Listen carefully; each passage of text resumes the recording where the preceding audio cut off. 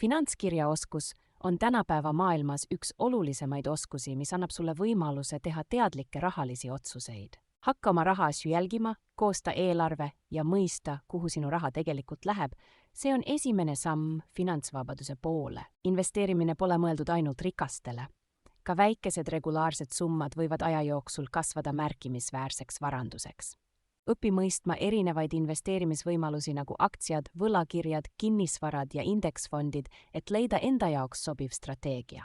Finantsvabadus tähendab võimalust teha oma elus valikuid ilma rahapiiranguteta. See on pikaajaline eesmärk, mis nõuab planeerimist. Hoia end kursis finantsuudiste ja trendidega, sest majandus on pidevalt muutuv ja sinu strateegiad peavad sellega kohanema. Leia endale finantsnõustaja või mentor, kes on juba saavutanud selle, mille poole sina püüdled. Nende kogemused on hindamatu väärtusega. Õpeta ka oma lastele rahatarkust juba varakult, see on üks väärtuslikumaid kingitusi, mida saad neile anda. Visualiseeri oma finantseesmärke ja unistusi. Selge siht aitab sul püsida motiveerituna ka raskematel perioodidel. Finantsvabadus pole ainult rikkus, vaid vabadus kasutada oma aega just nii, nagu sa soovid. See on teekond, mis tasub ette võtta juba täna.